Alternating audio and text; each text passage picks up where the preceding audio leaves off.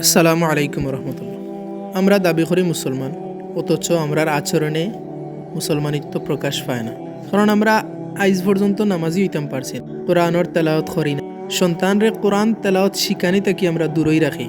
স্কুলের শিক্ষারেই মনে করি ওটাও সব কিছু, আর কোনটা নাই দুনিয়া। আফসোস, আমরার জীবনটা পশুর মতো অতিবাহিত। আমরার জীবনের কোনো ফিউচার নাই, কোনো গোল নাই। সমাজও এইরকম আছে যে কোরআনর তেলাওয়াত জানে সন্তানে, অথচ দীর্ঘ 1 বছর অতিবাহিত হয়ে গেছে, মায়ে কোনোদিন কইনা সন্তানরে যে কোরআনর তেলাওয়াত করাবো। বাইয়ে বড় ভাইয়ে দেখে যে ছোট ভাই খারাপ বন্ধু হলো লগে আড্ডা দেয়, অথচ বড় ভাইয়ে কোনোদিনও শাসন করছে না তার ছোট ভাইরে। বাফে জানোইন যে সন্তানে হারাম উপার্জন করে, এর বাদেও সন্তানরে বাফে কোনোদিন কোনটা কইন না। বউয়ে জানে যে জামাইয়ে সুদর খারবারি, আর বউর দায়িত্ব লিগা মেনে যায়। এই হলো আমরা সমাজের হাল। হালাল হারামের বিবেচনা নাই, পশুর আবার কিসের পরকাল। আস্তাগফিরুল্লাহ।